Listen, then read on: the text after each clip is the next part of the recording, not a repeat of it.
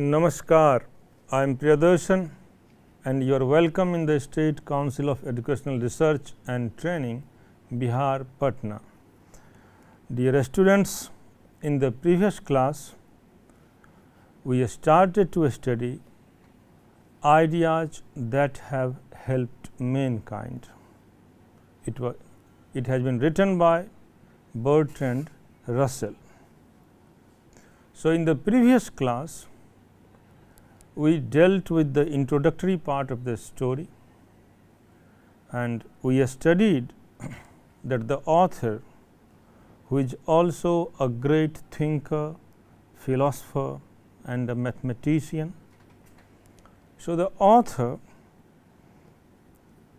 he is dwelling a great deal in fact upon this idea that how human society has evolved. How human society has evolved in this stage in which we all are living. So, there are so many ideas about it. He gives so many instances and we come to know that human beings, from the very beginning, in fact, as the author says, he describes that in the beginning the condition of human society was not safe, it was not secure. People were living in caves, in jungles, and they were living in the constant threat of wild animals. Thereafter, gradually everything came into good condition, like there was invention of fire, settled life, agriculture and the modern cities and towns in which we all are living now. So, we shall study the next part of the story in this class. Let us see. So, the author writes, as to happiness I am not sure. लेखक कहते हैं जहाँ तक खुशहाली की बात है, I am not sure, वो इस बात से श्योर नहीं है. Birds, it is true. चिड़ियों के बारे में वो कहते हैं यह सच है. Birds, it is true, die of hunger in large number during the winter. सर्दियों में या सर्दी के मौसम में बहुत बड़ी तादाद में पक्षियों की मौत होती है. If they are not birds of passage, but अगर वो पैसेज के बर्ड्स नहीं हैं, but during the summer they don't foresee this catastrophe. लेकिन गर्मियों में इस प्रकार की त्रासदी का सामना उनको नहीं करना पड़ता है. और remember how nearly it befell them in the previous winter. With human beings the matter is otherwise. और इंसान के साथ कुछ अलग स्थिति है, इंसान की स्थिति अलग है. I doubt whether the percentage of birds that will have died of hunger during the present winter. लेखक कहते हैं कि इनको शक है कि whether the percentage of bird that will have died in hunger during the present winter, इस winter में, और वो साल का भी जिक्र करते हैं 1946-47 की बात करते हैं, is as great as the percentage of human beings that will have died from this cause in India and Central Europe during the same period. तो दोनों की तुलना में, मतलब खासकर वो इंग्लैंड के रहने वाले हैं, इंग्लैंड की चिड़ियों के बारे में बात कर रहे हैं, तो उस विंटर में 46 और 47 के विंटर में जितने बर्ड्स वहाँ मरे, उसकी तादाद की तुलना ये उन लोगों से करते हैं जो भारत या सेंट्रल यूरोप में उसी समय, उसी अवधि में रह रहे होते हैं. But every human death by starvation is preceded by a long period of anxiety. लेकिन स्टारवेशन से अकाल, स्टारवेशन का मतलब अकाल होता है. when there is no persistent severe shortage of food, जब बहुत दिनों तक, सालों तक अन्न का अभाव होता है, तो उसे हम अकाल कहते हैं। Is preceded by long period of anxiety.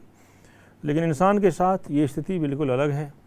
जब इंसानों की मौत होती है तो लोग या समाज चिंतित हो जाता है, चिंताग्रस्त हो जाता है, and surrounded by the corresponding anxiety of neighbours.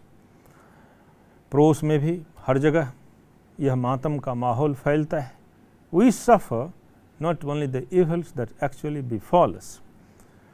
जो त्रासदी हम झेलते हैं, हम सिर्फ उसी से सफ़र नहीं करते हैं, हम सिर्फ उसी से परेशान नहीं करते हैं, उसी से हम परेशान नहीं होते हैं, but all those that our intelligence tells us we have reason to fear. उसके अलावा जैसे वो चिंता की बात करते हैं, इंसान की जो बौद्धिक स्थिति है या उसकी जो बौद्धिकता है वह भी यहाँ चिंताओं का सबब बनता है। The curbing of impulses of which we are led by forethought averts physical disaster at the cost of worry and general lack of joy। इस तरह से जब इस तरह की त्रासदियों का सामना मानवीय समाज को करना पड़ता है तो स्वाभाविक है वह चिंताग्रस्त हो जाता है, चिंताएं उसे सताती है और आनंद का अभाव होता है। I don't think that the learned man of my acquaintance. मैं ऐसा नहीं सोचता कि जो पढ़े लिखे लोग हैं, जो विद्वजन हैं, जो मेरे जान पहचान में हैं, मतलब बच्चों जो लेखक के जान पहचान में हैं, even when they enjoy a secure income, जब उनकी आमदनी सुरक्षित होती है, सिक्योर होती है, निश्चित होती है, are as happy as the mice that eat the crumbs from their tables while the erudite gentleman snooze. तो लेखक यहाँ यह कह रहे हैं कि उनके जान पहचान के जो लोग हैं, जब उनकी आमदनी, उनके आय के स्रोत सुरक्षित होते हैं, जब उनकी आमदनी निश्चित होती है तो कितने खुश होते हैं। तो उनकी खुशी की तुलना वो कह रहे हैं कि are as happy as the mice that eat the crumbs from their tables. वो भी उतने ही खुश होते हैं जितनी खुशी एक चूहे को उन्हीं के टेबल पर रखे हुए टुकड़ों से मिलता है। वो क्रम्स है, क्रम्स का मतलब टुकड़ा होता है, ब्रेड का टुकड़ा हो सकता है। तो उन्हीं के टेबल पर रखे हुए उनके ही टुकड़ों को खाकर चूहे को जितनी खुशी मिलती है, शायद उतनी ही खुशी उस इंसान को भी मिलती है। While the erudite gentleman snooze, वो चूहा जब ब्रेड का टुकड़ा उस वक्त खा रहा होता है जो विद्वजन, इरूडाइट का मतलब स्कॉलर होता है, तो जब वे सज्जन शोर है होते हैं। In this respect therefore I am not convinced that there has been any progress at all. जहाँ तक यह संदर्भ है, जहाँ तक खुशी का संदर्भ है, आनंद का संदर्भ है, संतोष का संदर्भ है, तो लेखक कह रहे हैं कि उसमें कोई ख़ास तब्दीली नहीं आई है। So here dear students, the author is talking about the level of contentment, the level of satisfaction between animals and human beings. No, he measures the contentment of an animal, of a creature, by giving instance of the mice which eats a crumb, no, kept on the table while his friend or his acquaintance is snoozing। लेखक यहाँ प्यारे बच्चों संतोष को समझने की कोशिश कर रहे हैं, आनंद को समझने की कोशिश कर रहे हैं कि आखिरकार आनंद का स्तर इंसान और जानवर में कितना भिन्न है, कितना अलग अलग है। और इस सिलसिले में वो जो उदाहरण देते हैं कि एक माइस है, एक चूहा है और एक विद्वजन, एक सज्जन हो सकता है उनके जानने वाले हों, वो जब कुर्सी पर आराम से बैठे हुए हैं, सो रहे हैं, तो उनकी टेबल पर रखा हुआ एक ब्रेड का टुकड़ा है जिसे चूहा खा रहा है। तो यहाँ वह आनंद की तुलना कर रहे हैं कि चूहे को जितना आनंद मिल रहा है उतने ही आराम में वे सज्जन भी वहीं आराम कर रहे हैं, क्योंकि उनकी आय सुरक्षित है, उनका पेट भरा हुआ है। So the author finally says that as far as this contentment, this happiness is concerned, hardly there is any difference between an animal and a human being. So this is what he had to say in this part of this story. Let us see the next one. As to diversity of enjoyment, जहाँ तक आनंद के विविधता की बात है, जहाँ तक आनंद के विविधता की बात है, भिन्नता की बात है, however the matter is otherwise, लेकिन बात कुछ और है. I remember reading an account of some lions who were taken to a movie showing the successful depredations of lions in a wild state. लेखक कह रहे हैं कि ये एक वाक़ये को याद करते हैं. उसमें ये होता है कि some lions who were taken to a movie showing the successful depredation of lions in a wild state. कुछ शेरों को एक मूवी शो दिखाने के लिए ले गया और वह मूवी शो उसमें ये दिखाया गया कि किस तरह से जंगलों में शेरों की तादाद में कितनी कमी आई है या शेर किस तरह खात्मे के कगार पर है. डेप्रिडेशन इज डिस्ट्रक्शन. डेप्रिडेशन का मतलब तबाही होता है, बर्बादी होता है, नष्ट होना होता है या संख्या में कमी होना होता है. तो उस मूवी शो में कुछ शेरों को ले जाया गया और उनको ये दिखाया गया कि जंगलों में शेरों की तादाद में कितनी कमी आई है, उनका जीवन कितना तबाह हुआ है. But none of them got any pleasure from the spectacle. लेकिन उनमें से कोई भी शेर ऐसा नहीं था जिसको थोड़ा बहुत भी या थोड़ी बहुत भी आनंद की अनुभूति हुआ हो, थोड़ा बहुत भी उसे आनंद मिला हो. ऐसा एक भी शेर उनमें नहीं था. Not only music and poetry and science but football and baseball and alcohol afford no pleasure to animals. सिर्फ म्यूजिक की ही बात नहीं है बच्चों. पोएट्री को देखें, कविता को, साइंस विज्ञान को, फुटबॉल का खेल, बेसबॉल का खेल, अल्कोहल इत्यादि चीज़ों से जानवरों में या जानवरों के आनंद के स्तर में कोई फ़र्क नहीं पड़ता है. उनके लिए इन चीज़ों से कुछ भी नहीं उनको होता है. इन चीज़ों से मतलब वे इन चीज़ों को एंजॉय नहीं करते हैं या नहीं कर सकते हैं. Our intelligence has therefore certainly enabled us to get a much greater variety of enjoyment that is open to animals. But we have purchased this advantage at the expense of a much greater liability to boredom. तो यहाँ बच्चों जो लेखक हमें समझाने की कोशिश कर रहे हैं वो ये है कि आखिरकार you can also ask a question that why these animals don't enjoy such things, whether it is football, baseball or any movie or any song or even alcohol. So why they are not able to enjoy it? The reason, children, is that what the author is trying to highlight, what the author is trying to derive from this extract. He wants to say that basically he is trying his best to differentiate between the life of a man and an animal. And the author has proven here that a human being has intelligence. लेखक ने यह साबित किया है यहाँ कि इंसान में बौद्धिकता होता है, इंसान प्रतिभावान होता है.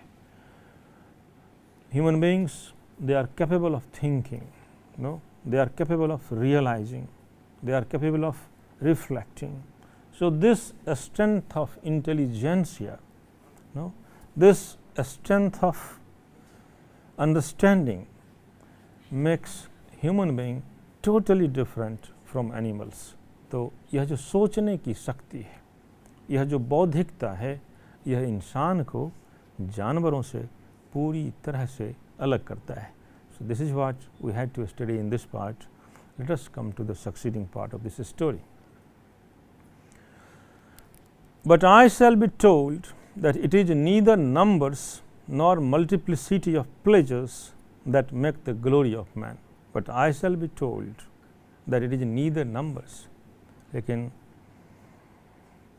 जहाँ तक संख्या की बात है, या मुझे बताया जाएगा कि ये जो संख्या है या उसका बढ़ना है, no not multiplicity of pleasures that make the glory of man, इन चीज़ों से इंसान का जीवन वैभवशाली नहीं हुआ है. It is his intellectual and moral qualities. So it's really, my dear students, you should understand it, because as teenagers, as younger people, generally we get fascinated towards good things, attractive things like good clothes, good shoes, good house, good cars. It's natural for teenagers, but now this is the point where you should understand that this wealth, this wealth is not something that much important. Of course, we need resources, or sources to sustain our life, sources of sustenance. But after all, your intellect, that is what matters. तो important बात यह है कि इंसान की जो बौद्धिकता है, यह उसकी असल पूंजी है, और यही इस अंतर को स्थापित कर पाया. So the basic difference between the life of a human being and an animal is the difference of intellect. Human beings are gifted with intellect, while animals are not so.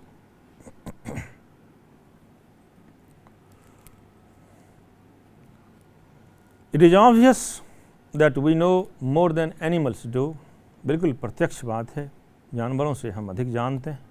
And it is common to consider this one of our advantage, और इससे हमें फ़ायदा भी मिलता है.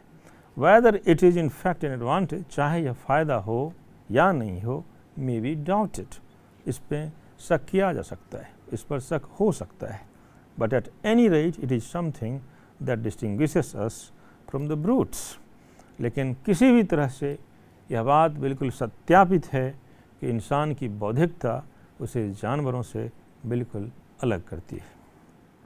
So dear students, we have studied in detail, we have discussed this thing in quite detail, that it is the intellect of a person. यह इंसान की बौद्धिकता है जो मायने रखता है. And this is because of this intellectual power, because of this intelligence, we human beings have evolved up to this stage where we are living at present. And in fact, human life is evolutionary in itself. It keeps on going, it keeps on evolving. इसका सतत विकास होते रहता है, और यह प्रक्रिया साल 2 साल की नहीं है, लाखों हजारों साल की है. यह प्रक्रिया आदमी से इंसान बनने की है, और अभी भी हम पूर्ण रूप से इंसान हुए नहीं हैं, इंसान होने की प्रक्रिया में हैं. So we are still in the process of being a human being, and it keeps on evolving. यह चलते रहता है, यह आगे बढ़ते रहता है. So let us see the next one. Has civilisation taught us to be more friendly towards one another? क्या हमारी सभ्यता हमें यह पाठ दी है कि हम एक दूसरे के प्रति मित्राना हों, एक दूसरे के प्रति दोस्ताना हों या मित्रवत हों? The answer is easy. जवाब इसका बिल्कुल सरल है. Robins the English. रॉबिन्स जो बर्ड है बच्चों, आप उसको ज़रूर दिखे होंगे, जो पिजन से मिलता जुलता है, कबूतर के जैसा होता है. So the Robins the English, not the American species. लेखक यहाँ इंग्लिश स्पेसीज की बात कर रहा है, जो इंग्लैंड के रॉबिन्स हैं उसकी बात कर रहा है, नॉट द अमेरिकन स्पेसीज. अमेरिकी प्रजाति की बात नहीं कर रहा है. So robins the English, not the American species, peck on elderly robin to death. वह अपने से बड़े रॉबिन को मार डालता है. वेयर एज मैन, जहाँ तक इंसान की बात है, द इंग्लिश, लेखक खासकर अंग्रेज़ों की बात कर रहा है, द पीपल ऑफ इंग्लैंड की बात कर रहा है। तो whereas men the English not the American species, यहाँ भी ऑथर जोर देकर अमेरिकी प्रजाति का बात नहीं कर रहा है, मतलब अमेरिकी नस्ल के लोगों की बात नहीं कर रहा है। So whereas men the English not the American species give an elderly man an old age pension, और लेखक कह रहा है कि एक रॉबिन बड़े रॉबिन को, उम्र में अपने से बड़े रॉबिन को मार डालता है, लेकिन हमारे समाज में और वह इंग्लैंड के संदर्भ में बात कर रहा है कि वहाँ जब आदमी बूढ़ा हो जाता है तो उसको पेंशन दिया जाता है। Within the herd we are more friendly to each other than are many species of animals. Within the herd मतलब हम अपने मानवीय समुदाय में एक दूसरे के प्रति अधिक मित्रवत हैं, अधिक दोस्ताना हैं जानवरों की तुलना में। But in our attitude towards those outside the herd, लेकिन जो बहुत ही रिमार्केबल बात है, this here the point is really to be noted, आप इस बात पर गौर करें। But in our attitude towards those outside the herd, लेकिन ये गौर करने की बात है कि हम अपने समाज में, अपने समुदाय में एक दूसरे के प्रति प्रेम रखते हैं, एक दूसरे के प्रति मित्रवत रहते हैं, लेकिन ठीक वहीं जब बात दूसरे समुदाय की आती है, but in our attitude towards those outside the herd, लेकिन जो हमारे समुदाय से, हमारे समाज से अलग है, जो दूसरे समाज के लोग हैं, जो दूसरे समुदाय के हैं, in spite of all that has been done by moralists and religious teachers, सब कुछ करने और कहने के बावजूद भी जो भी नैतिक शिक्षा देते हैं, जो भी धार्मिक शिक्षा देते हैं, उन सभी लोगों के द्वारा दी गई शिक्षा के बावजूद अब आप सोचें कि ये जो मोरलिस्ट्स हैं, जो नैतिकवादी हैं, जो धार्मिक लोग हैं, ये सब कौन सी शिक्षा देते हैं कि पूरे संसार में सभी लोगों से प्यार करो, सभी जानवरों से प्यार करो। This is the lesson which these religious man and the moralists preach to all the people, यही शिक्षा वो सबको देते हैं। लेकिन जहाँ तक इंसान की बात है, ये बात और हम सब की बात है, शिक्षा तो ग्रहण करते हैं लेकिन उस पर कितना अमल करते हैं। Our emotions are as ferocious as those of any animal and our intelligence enables us to give them a scope which is denied to even the most savage beast।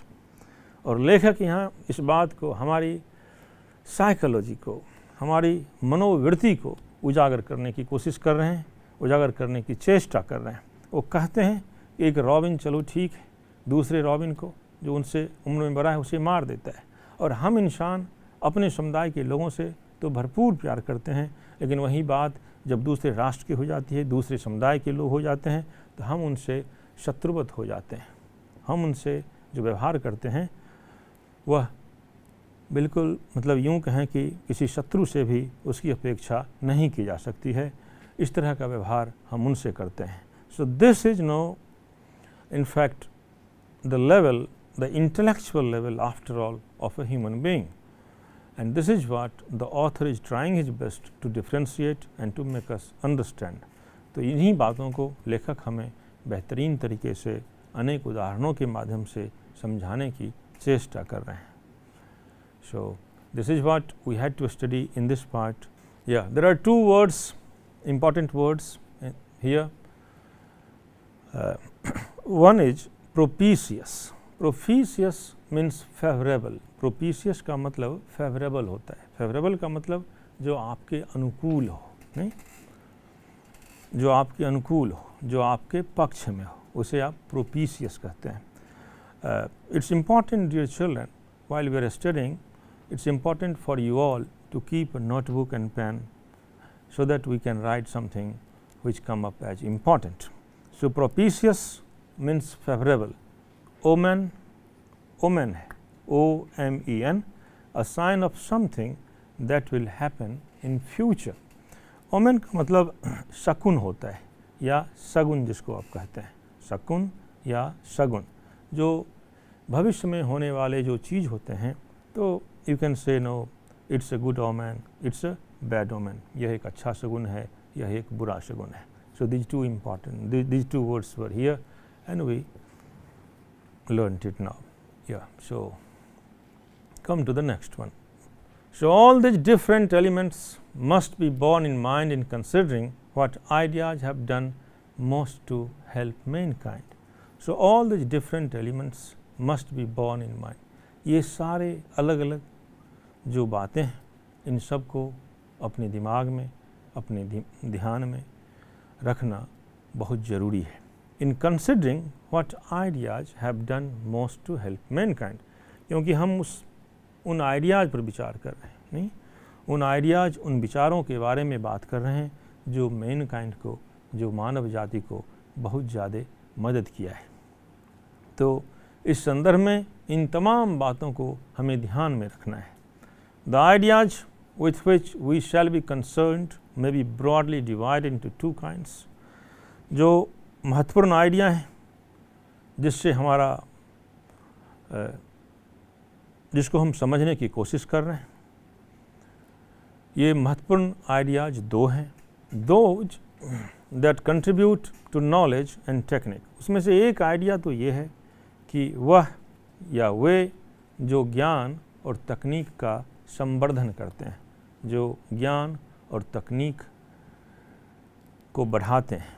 And those that are concerned with morals and politics. और दूसरा है जिसका ताल्लुकात, जिसका संबंध नैतिकता और राजनीति से है. I will treat first those that have to do with knowledge and technique. और लेखक कहते हैं कि I will treat first those that have to do with knowledge and technique. ये पहले उन दो विचारों के बारे में बात करेंगे जिनका संबंध तकनीक से है, जिनका संबंध टेक्नोलॉजी से आप कह सकते हैं या इंटेलेक्ट से है. The most important difficult steps were taken before the dawn of history.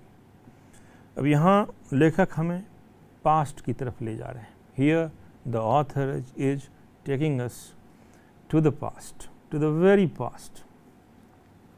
हमें हमारे ही अतीत में लेखक ले जाने की कोशिश करते हैं. The most important difficult steps were taken before the dawn of history. इतिहास के आने से पहले का जो समय था, the most important difficult steps were taken. तो ऑथर कह रहे हैं इतिहास के बनने से पहले सबसे कठिन काम किए गए, सबसे महत्वपूर्ण अहम कदम उठाए. At what stage language began is not known. किस स्तर पर, किस ज़माने में, किस समय में भाषा की शुरुआत हुई यह ज्ञात नहीं है. But we may be pretty certain that it began very gradually. लेकिन एक बात तो आप मान कर चलें, यह तो बिल्कुल निश्चित है कि अगर लैंग्वेज आया भी तो उसका विकास आहिस्ते आहिस्ते एक क्रमबद्ध तरीके से हुआ. Without it would have been very difficult to hand on from generation to generation the inventions and discoveries that were gradually made. बगैर इसके, बगैर भाषा के यह बहुत मुश्किल होता कि तकनीक की जानकारी, टेक्नोलॉजी की जानकारी, आविष्कारों की जानकारी हम एक जनरेशन से दूसरे जनरेशन तक को देते. So therefore the author says here that language has also played a very crucial role in the evolution of human being.